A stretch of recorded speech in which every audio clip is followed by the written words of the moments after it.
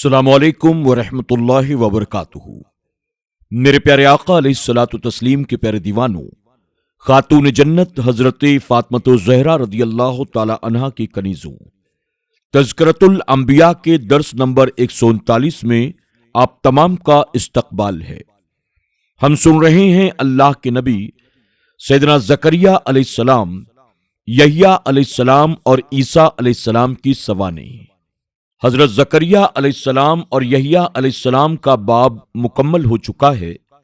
ہم پچھلے کئی درس سے اللہ کے نبی سیدنا عیسیٰ علیہ السلام کے تعلق سے سماعت کر رہے ہیں، جس میں خاص طور پر تمام یہود و نصارہ کا اور مسلمان کہلانے والے باطل عقائد کے لوگوں کا اللہ کے نبی سیدنا عیسیٰ علیہ السلام کے تعلق سے کیا عقیدہ ہے، اسے سماعت کیا، اور ساتھ ہی ہم نے قرآن و حدیث کی روشنی میں بزرگان دین کی تحقیق اور ان کے اقوال کی روشنی میں اس کا جواب سماعت کیا۔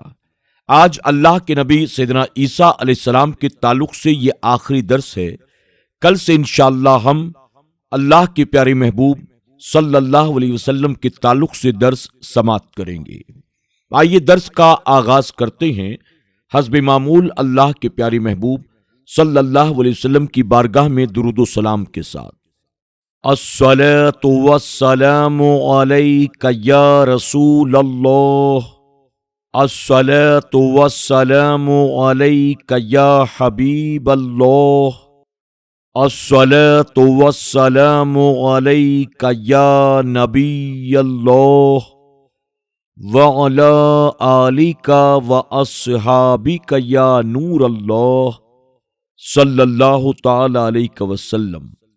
اعتراض: عیسائیوں کی عام تاریخ سے یہ نہیں ملتا کہ انہوں نے حضرت مریم کو بھی خدا تسلیم کیا ہو، تو اس سوال کا کیا مقصد ہو سکتا ہے کہ عیسیٰ بن مریم، کیا تو نے لوگوں سے کہا تھا کہ مجھے اور میری ماں کو دو خدا مان لو اللہ تعالیٰ کے سوا؟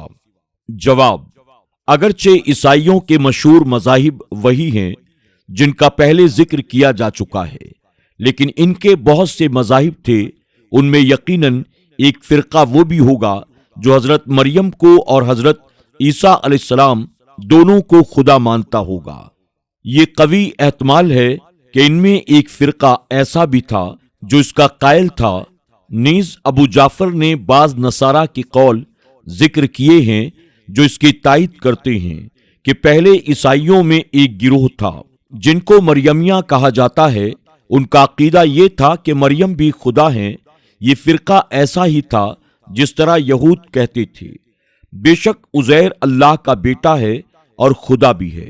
علامہ آلوسی نے اس کے کئی اور جواب بھی دیے ہیں، لیکن اسی جواب کے متعلق یہ کہا ہے: جواب کے تمام وجہوں سے میرے نزدیک یہی وجہ بہتر ہے اور حق بھی ہے، کیونکہ اللہ تعالیٰ نے جب ذکر فرمایا ہے تو کیسے ممکن ہے کہ ان میں ایسا کوئی مذہب نہ ہو؟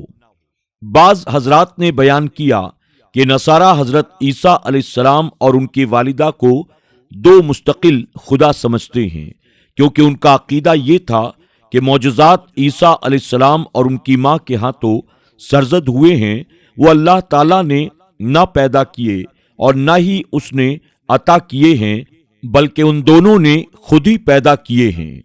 حضرت مریم کا خدا ہونا زیادہ مشہور اس لیے نہ ہو سکا کہ بعض چیزوں میں تو ان کو مستقل خدا مانتے تھے اور بعض میں انہیں مستقل خدا نہیں مانتے تھے، بلکہ ان کا یہی عقیدہ عیسیٰ علیہ السلام کے متعلق بھی تھا۔ لیکن آپ الوہیت میں زیادہ مشہور ہوئے، کیونکہ تثلیث اور ابنیت الوہیت کا عقیدہ رکھنے والے بہت سے گروہ تھے، لیکن حضرت مریم کو خدا ماننے والا صرف ایک گروہ تھا، جنہوں نے اپنے عقیدے کو حضرت مریم ہی کی طرف منسوب کیا ہوا تھا، اسی لیے وہ اپنے آپ کو مریمیہ کہلاتے تھے۔ صحیح یہی ہے کہ نصارہ نے بعض چیزوں میں دونوں یعنی حضرت عیسیٰ علیہ السلام اور ان کی والدہ کو مستقل خدا مانا، اور بعض چیزوں میں انہوں نے حضرت عیسیٰ علیہ السلام کو بھی مستقل خدا نہیں مانا۔ فائدہ: اعلی حضرت عظیم البرکت الشاہ امام احمد رضا خان فاضلی بریلوی رضی اللہ تعالی عنہ نے ترجمہ کیا ہے، تو جانتا ہے جو میرے جی میں ہے اور میں نہیں جانتا جو تیرے علم میں ہے۔ یعنی لفظ نفس کی نسبت جب عیسیٰ علیہ السلام کی طرف ہے تو اس کا معنی کیا ہے کہ میرے جی میں ہے، اور جب اللہ تعالیٰ کی طرف نسبت کیا تو معنی کیا جو تیرے علم میں ہے۔ اس لیے کہ اس میں علماء اور محققین کے کئی اقوال ہیں کہ نفس کا معنی ذات لے کر اللہ تعالیٰ کی طرف منسوب ہو جاتا ہے یا نہیں۔ اسی طرح لفظ فی ذکر ہو تو معنی ہوگا کہ تو جانتا ہے جو میرے نفس یعنی دل میں منقش ہے، لیکن میں نہیں جانتا جو تیرے جی میں منقش ہے۔ یہ معنی اللہ تعالیٰ کی طرف منسوب کرنا صحیح نہیں۔ عیسیٰ علیہ السلام کی مراد یہ ہے کہ اے اللہ، میں تیری معلومات کو نہیں جانتا، یعنی میں نہیں جانتا جو تیرے علم میں ہے، البتہ مفہوم کو ادا کرنے کے لیے ذکر کیا گیا ہے۔ عیسیٰ علیہ السلام کے متعلق صحیح عقیدہ۔ عیسیٰ علیہ السلام کا مقام کیا ہے؟ آپ علیہ السلام کو کیا تسلیم کیا جائے؟ اس کا جواب واضح طور پر عیسیٰ علیہ السلام نے خود یہود کو دیا تھا جب انہوں نے آپ کی والدہ پر معاذ اللہ بدکار ہونے کی تہمت لگائی تھی۔ آپ نے شیرخوارگی میں ارشاد فرمایا، آپ نے کہا، میں ہوں اللہ تعالیٰ کا بندہ، اس نے مجھے کتاب دی اور مجھے غیب کی خبریں بتانے والا یعنی نبی بنایا، اور اسی لیے مجھے مبارک کیا، میں کہیں بھی ہوں، اور مجھے نماز اور زکوٰۃ کی تاکید فرمائی جب تک زندہ رہوں، اور مجھے اپنی ماں سے اچھا سلوک کرنے والا بنایا، اور مجھے زبردست بدبخت نہیں بنایا، اور وہی سلامتی جو حضرت یحییٰ علیہ السلام پر ہوئی مجھ پر جس دن میں پیدا ہوا اور جس دن میں مروں اور جس دن میں اٹھایا جاؤں۔ حاصل کلام یہ ہے کہ عیسیٰ علیہ السلام اللہ تعالیٰ کے بندے ہیں، خدا نہیں، خدا کے شریک نہیں، خدا کا بیٹا نہیں۔ آپ اللہ تعالیٰ کے جلیل القدر نبی ہیں، عام انسان نہیں۔ آپ کو اللہ تعالیٰ نے کتاب انجیل عطا فرمائی، آپ کو برکت والا بنایا۔ یہ برکت آپ کو رب تعالیٰ کی طرف سے حاصل ہے۔ آپ کی والدہ کا فرمانبردار بنایا۔ جو شخص پیدا ہو وہ خدا نہیں ہو سکتا۔ آپ کو روح القدس کی تائید حاصل ہے۔ آپ کا لقب روح اللہ، کلیمت اللہ ہے۔ آپ کو زندہ آسمانوں پر اٹھا لیا گیا۔ قرب قیامت میں آپ دنیا میں تشریف لائیں گے، شادی کریں گے، آپ کے یہاں اولاد ہوگی، نبی کریم صلی اللہ علیہ وسلم کی شریعت پر عمل کرائیں گے، جزیہ ختم کر دیں گے، لیکن وہ بھی شریعت مصطفی کا حصہ ہوگا، کیونکہ جزیہ لینے کا وقت وہاں تک ہی ہوگا جیسے حصہ زکوٰۃ میں ایک وقت تک کا تھا، پھر ختم کر دیا جائے گا۔ آپ دجال کو قتل کریں گے، آپ کا نزول امام مہدی کے زمانے میں ہوگا، پھر آپ کی وفات ہوگی۔ حضور اکرم صلی اللہ علیہ وسلم کے ساتھ روضہ انور میں دفن ہونے کا شرف حاصل ہوگا۔